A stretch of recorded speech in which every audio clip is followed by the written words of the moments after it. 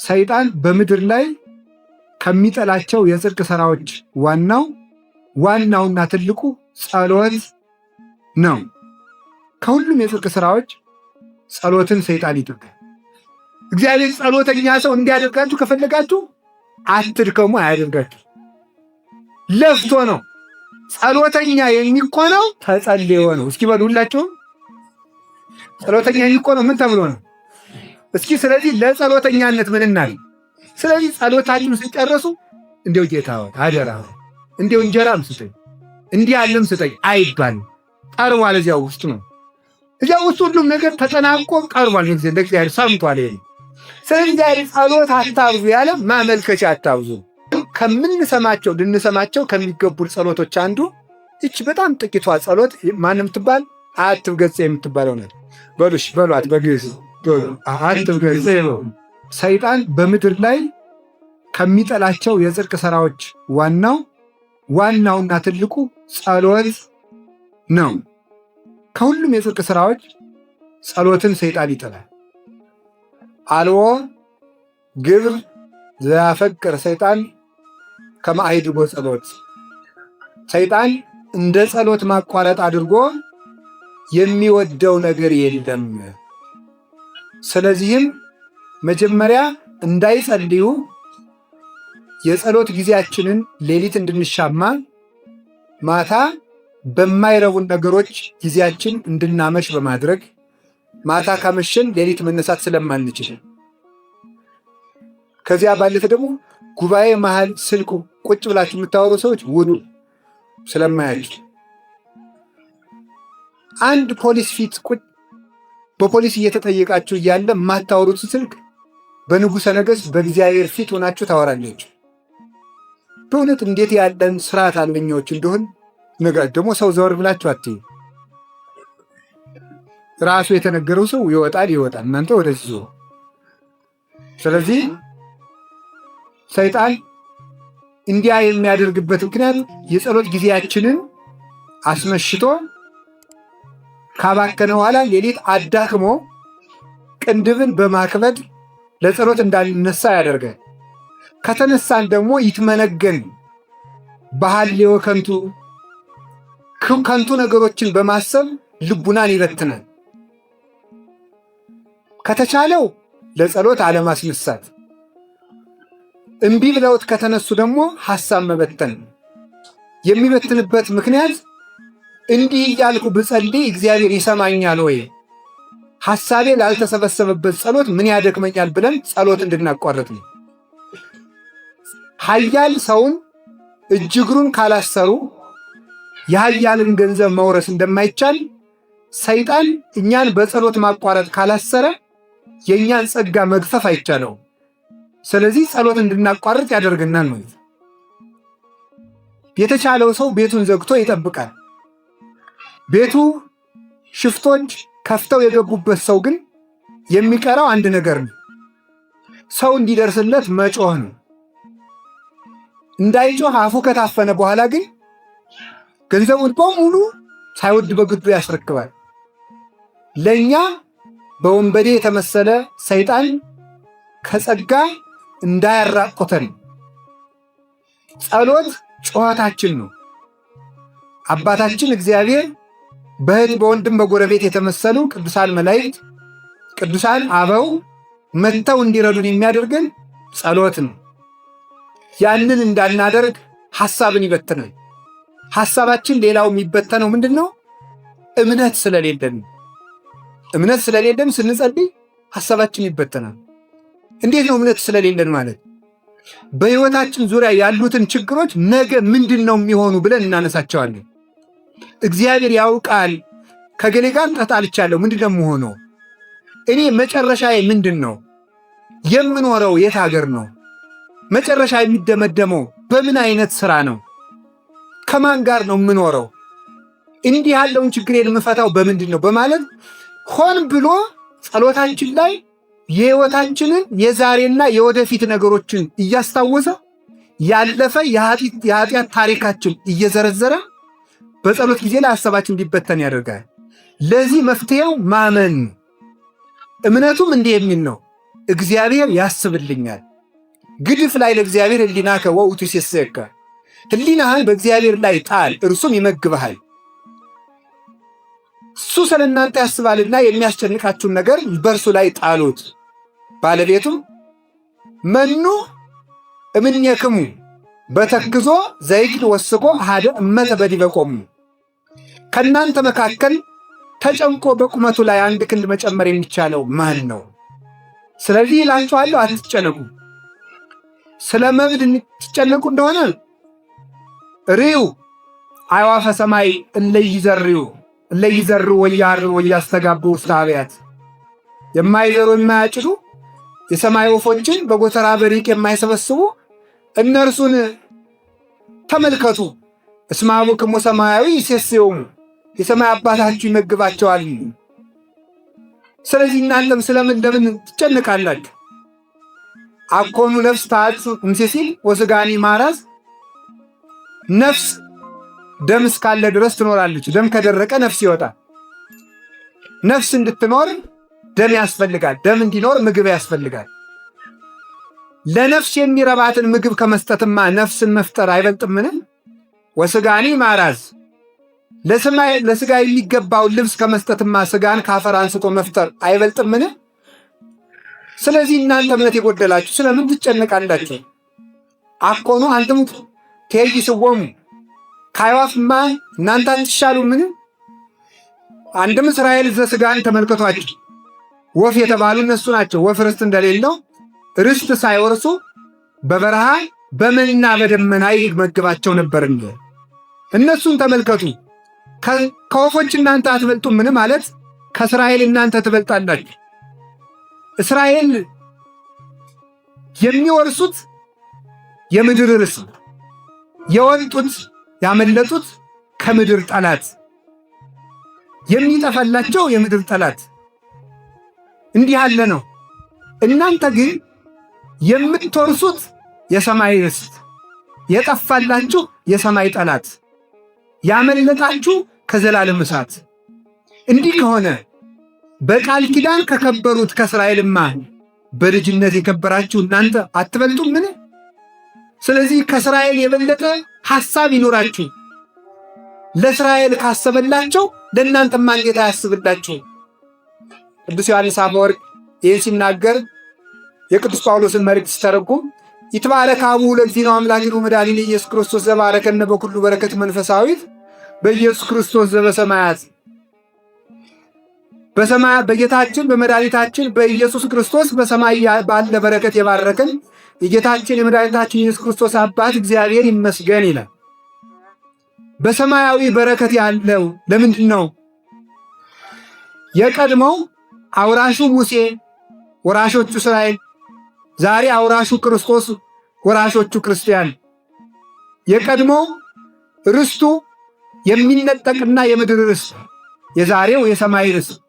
የቀድሞው የዕድሜ በረከት፣ የዛሬው ደግሞ የዘላለም ዕድሜ የዘላለም ሕይወት። የቀድሞው ከፈርዖን ማምለጥ፣ የዛሬው ከዲያብሎስ ማምለጥ። የቀድሞው ከፈርዖን ሰራዊት ማምለጥ፣ የዛሬው ከዲያብሎስ ከአጋንንት እጅ መውጣት። የቀድሞው ከግብፅ መውጣት፣ የዛሬው ከሲኦል መውጣት። የቀድሞው የአብርሃም ልጅ መሆን፣ ዛሬ የእግዚአብሔር ልጅ መሆን። የቀድሞው እስራኤልን መውረስ፣ ዛሬ መንግሥተ ሰማያትን መውረስ። የቀድሞ በግ መብላት፣ ዛሬ ክርስቶስን መመገብ። ቀድሞ ከዓለት የፈለቀ ውሃ መጠጣት፣ ዛሬ የዘላለም ሕይወት ኢየሱስ ክርስቶስን ደም የሕይወት ውሃ ክርስቶስን መጠጣት። ቀድሞ እስራኤል ልብስ አልወለቀ ጫማ አላለቀ፣ ዛሬ ክርስቶስን መልበስ። በእንዲህ ያለ በረከት የባረከን ቀድሞ የእህል በረከት፣ ዛሬ ግን በረከታችን የኢየሱስ ክርስቶስ ሥጋና ደሙ። እክል ያጸንን ኃይለ ሰብ፣ የምድር እህል ቢበሉት የምድር ሥጋን ያበረታል። የክርስቶስን ሥጋ ቢመገቡት የሰማይ ኃይል ሰጥቶ ነፍስንም ሥጋንም አንድነት ያጸናቸዋል። ስለዚህ ለምግብ አትጨነቁ፣ ለልብሳቸው አትጨነቁ። ወበይንተ አላዝን ይምንጠጥቡ ርዩ ጽያሐተ ገዳም ዘከመ ይልህሙ። የምድረ በዳ አበቦች እንደምን እንደሚያድጉ ተመልከቷቸው። ሰሎሞን ጥቀ በኩሉ መዋዕሊሁ ኢለብሰ ከመሃሉ ሁሉ። ሰሎሞን እንኳን በዚያ ባለጸግነቱ ከአበቦች እንዳንዱ አድርጎ አልለበሰም። ማለት የአበባ ምንጣፍ ቢያስነጥፍ አበቦችን አይቶ ነው። አበቦች ግን ከባህሪያቸው አንቅተው ይለብሳሉ።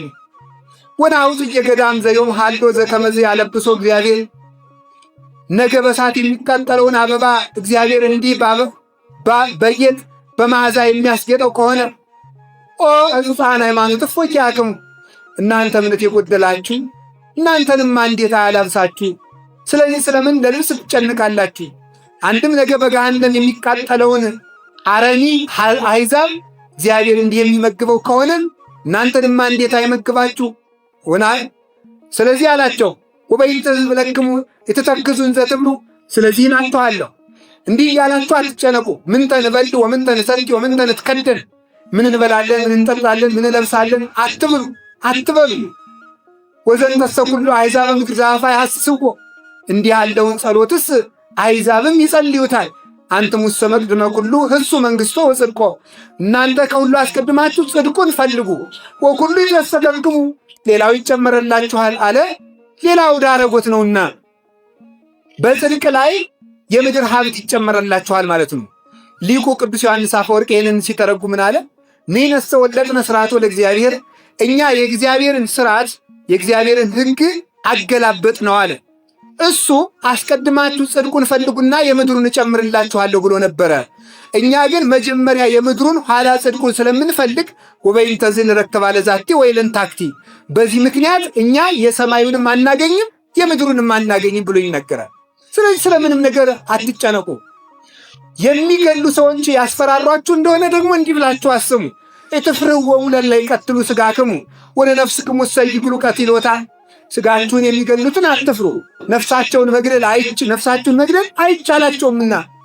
ወባይቱ ፍርወሰ ለዘቦ ሥልጣን ከመ ይክል ቀቲለ ሥጋሂ ወነፍሰሂ ህቡረ በውስተ ገሃነም ነፍስንም ሥጋንም አንድ አድርጎ በገሃነም መቅጣት የሚቻለው እርሱን ፍሩ። በሥጋችሁን የሚገሉትን ግን አትፍሯቸው። አንድ ቀን ቢገሏችሁ ሁልጊዜ አይገሏችሁም። በሥጋ ቢገሏችሁ በነፍስ አይገሏችሁም። በምድር ቢገሏችሁ በሰማይ አይገሏችሁምና እንዲህ ያለውንም ቢሆን አትፍሩ። ሞቶ የቀረ ክርስቶስ አለን? የለም፣ እሱ ተነስቷል። ክርስቶስ ሞቶ እንዳልቀረ ክርስቲያኑ ሞቶ አይቀርም። ሞት ወደ ክርስቶስ የምንሄድበት መንገድ ሆኖ ተለውጧል በክርስቶስ ሞት። አሁን ሞት ለክርስቲያን መንገዱ እንጂ መፍሪያው አይደለም። ስለዚህ አትጨነቁ። ጭንቀት ጸሎትን ያስተጓጉላል። እምነት መጉደል ነው እንዲህ ያለው ነገር። ስለ ሁሉም ነገር እግዚአብሔር ያስብልኛል በሉ። እስኪ ሁላችሁ እግዚአብሔር ያስብልኛል በሉ። ማን ያስብልኛል? እግዚአብሔር ያስብልኛል ካላችሁ ልባችሁ ይሰበሰባል። ሌላው እንደሚጨምርላችሁ ነገር ደግሞ ምንድን ነው? የምንጸልዩን ነገር መስማት ነው። በጸሎት ጊዜ መሳተፍ ያለባቸው አካላት አሉ። ምን ናቸው? እግር ይሳተፋል፣ እጅ ይሳተፋል፣ ዓይን ይሳተፋል። ከዚያስ ደግሞ ምንድን ነው? ጆሮ ይሳተፋል። ጆሮ ሲሳተፍ ልብ ይሳተፋል። ልብ ከታሰረ ደግሞ ከዚህ በኋላ ሁሉም ነገር የተሰበሰበ ይሆናል። ይሄን እኮ ጌታችን መድኃኒታችን ኢየሱስ ክርስቶስ ዓይን ብታሰናክልህ ከአንተ አውጥተህ ጣላት፣ እጅ ብታሰናክልህ ከአንተ ቆርጠህ ጣላት፣ እግር ብታሰናክልህ ከአንተ ቆርጠህ ጣላት። ምን ማለቱ ይሆን? እጅ ሰነፍ ከሆነችብህ ቆርጠህ ጣላት ማለት ፈቃዷን ቁረጥባት። ፈቃዷ ምንድን ነው? ማረፍ። አንተ ደግሞ ፈቃዷን ቁረጠውና ዘርጋት ለጸሎት። እግር ብታሰናክልህ ቆርጠህ ጣላት። እግርን በመጋዝ ቁረጠው ማለት አይደለም። ቆሜ አልጸልይም ብትል መቀመጥ ነው የምፈልግ፣ መተኛት ነው የምፈልግ፣ ማረፍ ነው የምፈልግ ብትል ፈቃዷን ቁረጠው። እምቢ በልና ቆምበት ማለት ነው። በቃዊም ቅጣው። ዓይን ብታሰናክልህ ካንተ ቅጣት። ማረፍ ነው የምፈልገው፣ መተኛት ነው የምፈልገው፣ ማንቀላፋት ነው የምፈልገው፣ ስራ አለብኝ፣ ደክሞኛል ብሎ ዓይን ማንጎላቸት ከፈለገ ካንተ አውጥተህ ጣላት። ፈቃዷን ቁረጥና ባንቃይዶ ቅጣት። እግዚአብሔር ተጠብቁ።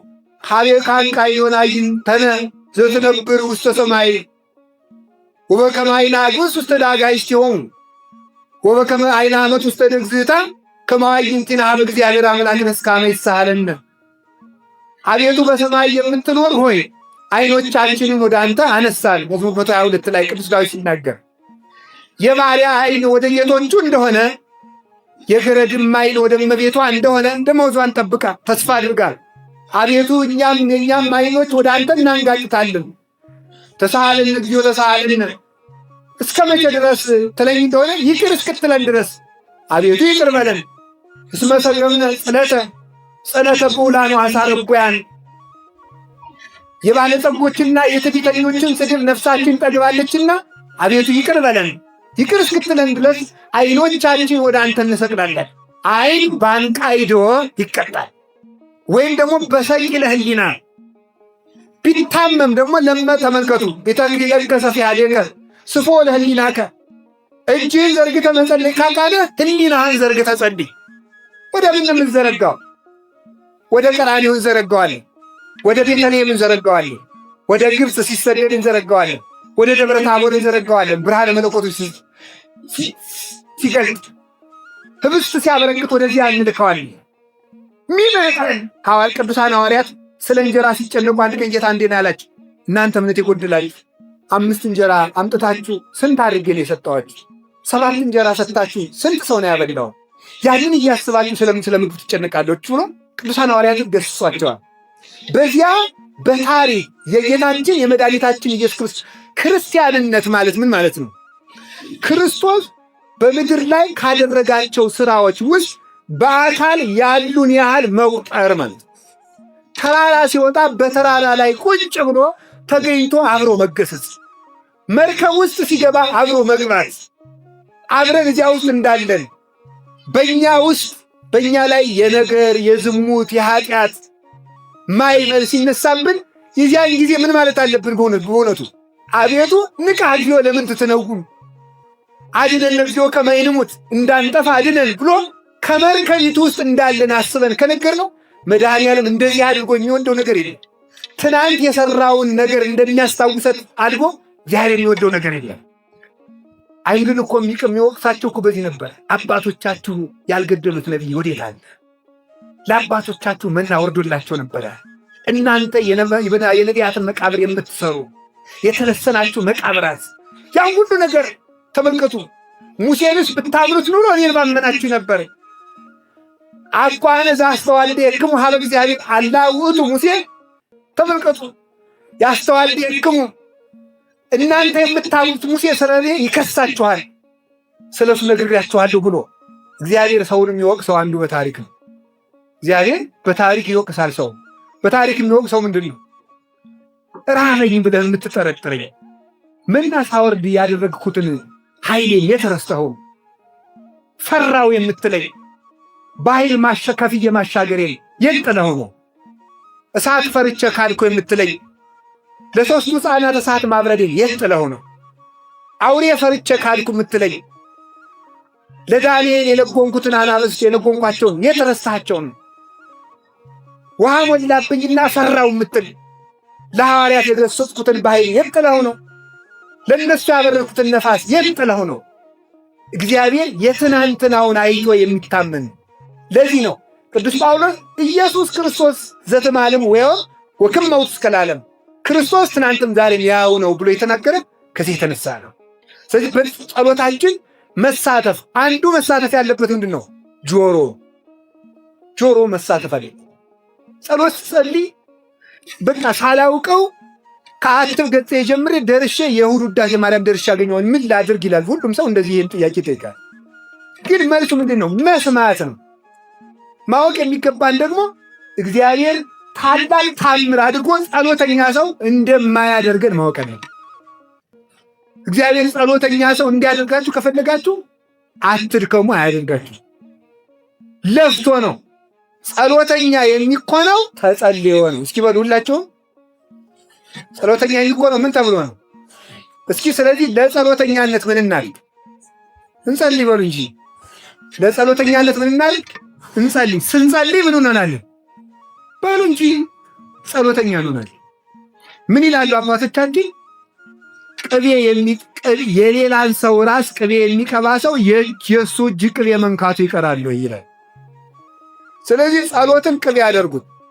ምንም እንኳን ጸሎታችን በረከት የማይገባው ቢሆንም እንኳን መንካታችን ግን አይቀርም። በረከት ማግኘታችን አይቀርም።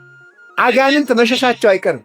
ጸሎታችን እኛ ባይገባን እንኳን ጋኔን ይገባዋል፣ ሰይጣን ይገባዋል። በደንብ አድርጎ ነው የሚገባው። ይሰማል። ይሄ ሰውዬ ነው የሚለው እኮ ይሄ ሰውዬ ዛሬ አንድ አሁን ዝማቴ የደገመ ነገማ 150 ዳዊት ይደግማል። ስለዚህ ሳይርቅ በቅርቡ ሳይደርቅ በርጥቡ ይሄ ሰውዬ አሁን ላስቀር ብሎ እኮ ነው የሚያሰናክለኝ። እውነቴን የምነግራችሁ ሰይጣን የሚንቀው ጸሎት የለም። እግዚአብሔርም የሚንቀው ጸሎት የለም። ሁሉንም ሰው ይሰማል እግዚአብሔር። እንዲያውም እግዚአብሔር ኃጢአተኞችንም ይሰማል። አላችሁን? እግዚአብሔር ከሁላችን ጋር ይሁን። ስለዚህ ያንን ጸሎት ምን ማድረግ ይጠበቅብናል ሲባል መስማት። የራሳችሁን የምታነቡትን ነገር ማዳመጥ አለባችሁ። ጆሮአችሁን ተቆጣጠሩ። እንዲህ ተብሎ ነው የሚታደግ ማለት። ስለዚህ አፍ ለጆሮ ያቀብላል፣ ጆሮ ለማን ያቀብላል? በሉ እንጂ። ያን ጊዜ ልብ ምን ይሆናል? ይሰበሰባል ነው። የምትጸልዩትን ነገር ስሙት፣ ምን እያለ እንደሆነ ማለት ምን እያለ እንደሆነ። አሁን አቡነ ዘበሰማያትን ጸልየን ስንጨነቅ አይደንቃችሁ? እስኪ አሁን ተመልከቱ። አባታችን ሆይ በሰማያት የምትኖር ስምህ ይቀደስ። እሺ፣ በጣም ጥሩ። ከዛ ስም መንግስት ትምጣ። እሺ፣ መንግስተ ሰማያትን ስጠኝ ማለት። ፈቃድ በሰማይ እንደሆነች እንዲሁም በምድር ትሁን። የመላእክትን ሕይወት ስጠኝ አልኩት። ከዛሳ የዕለት እንጀራዬን ስጠኝ። እንጀራችንም ደግሞ አገኘን በሎት ውስጥ ማለት ነው። ከዛሳ በደላችን ይቅር በለን፣ የኃጢአት ስርየት አገኘን ማለት ነው። እኛም የበደሉንን ይቅር እንል ዘንድ ይቅር ባይ ልቡና ንጹሕ ልብ ስጠን አለና ደግሞ ንጹሕ ልብ ስጠን ብለን ስለ ሰብዕናችን ጸልን። ከዚያሳ አቤት ወደ ፈተና አታግባን፣ ወደ ፈተና አታግባን፣ መከራ ፈርተን አንተን ከመካድ አድነን ማለታችን። ስለዚህ ፈተና እንዳይመጣብንም ጸልን፣ ከክፉ ሁሉ አድነን እንጂ በሰማይ እንደ በረዶ በምድር እንደ ዘንዶ ከታዘዘ መቅሰፍት አድነን አልነው። አዳነን። መንግሥት ያንተ ናትና መንግሥት ያንተ ስለሆነች ከዲያብሎስ መንግሥት አውጣኝ። በዚህ ውስጥ ያልቀረበ አቤቱታ አለ? እስኪ ንገሩኝ፣ ያልቀረበ አቤቱታ አለ ወይ? ስለዚህ ጸሎታችሁን ስጨርሱ እንዲው ጌታ አደራ እንዲው እንጀራም ስጠኝ እንዲህ ያለም ስጠኝ አይባልም። ቀርቧል፣ እዚያው ውስጥ ነው። እዚያው ውስጥ ሁሉም ነገር ተጠናቆም ቀርቧል። ለእግዚአብሔር ሰምቷል። ይሄ ስለዚህ እግዚአብሔር ጸሎት አታብዙ ያለ ማመልከቻ አታብዙ። እንዲው ለልጄም ልብ ስጠው፣ ለጎረቤቶችም ልብ ስጣቸው። የሰው መውደዱን ስጠኝ፣ ሰው ሁሉ ያየኝ ሁሉ እንዲወደኝ አድርገኝ። ግርማ ሞገስም ስጠኝ፣ ገንዘቤንም ቢሆን አበርክተው፣ እየሰከርክ የገንዘቤንም በረከት ስጠኝ። እንደዚህ ብሎ የለም በእውነቱ ማለት ነው። የራሴን ድርሻ መወጣት ይገባል ነው። ስለዚህ እንዲህ አለ የቃላት ትርኢቱ አታብዙ። እንደ ፈሪሳውያን አትሩ። እስመ ይመስሎሙ በአብዝሖ ንባቦሙ ዘይሰምዖሙ እግዚአብሔር። ንግግር በማብዛት እግዚአብሔር የሚሰማቸው ይመስላቸዋልና። ስለዚህ እምነታችን ጸሎታችን ላይ መጣል አለብን። ያንን ስትሰሙት እዚህ ውስጥ ያልተናገሩ ደስ ይላችኋል በእውነቱ ማለት ነው። እግዚአብሔርን አባቴ ብሎ ከመምጣት በላይ ምን ክብር አለ በእውነቱ ማለት ነው። እግዚአብሔርን አባት አድርጎ ከመመለስ በላይ አለ እንዴ? በፍጹም። ሀብት ያለው አባት አለኝ እኔ ይህን ነገር የዘር በስንቱ አባት እንኳን እየተመካንበት አይደለም? በሰረቁ አባቶቻችን እየተመካን አይደለም? በሌባ አባቶቻችን፣ በነፍሰ ገዳይ አባቶቻችን አይደለም ጀግንነት ብለን እየተጋደልን ያለን? በእግዚአብሔር አባትነት እንዴት ደስ አይልም? ደስ ብሎን እምነታችን በሱ ላይ ጥለን። ሕፃን ልጅ ሌላ ሰው ሲታቀፈው ነፍስ ከለየ በኋላ ያለቅሳል። እናቱ ስትታቀፈው ለጥ ብሎ ይተኝ። የእናቱ ጀርባ እንደሆነ አምኖ እኮ ነው ማለት ነው።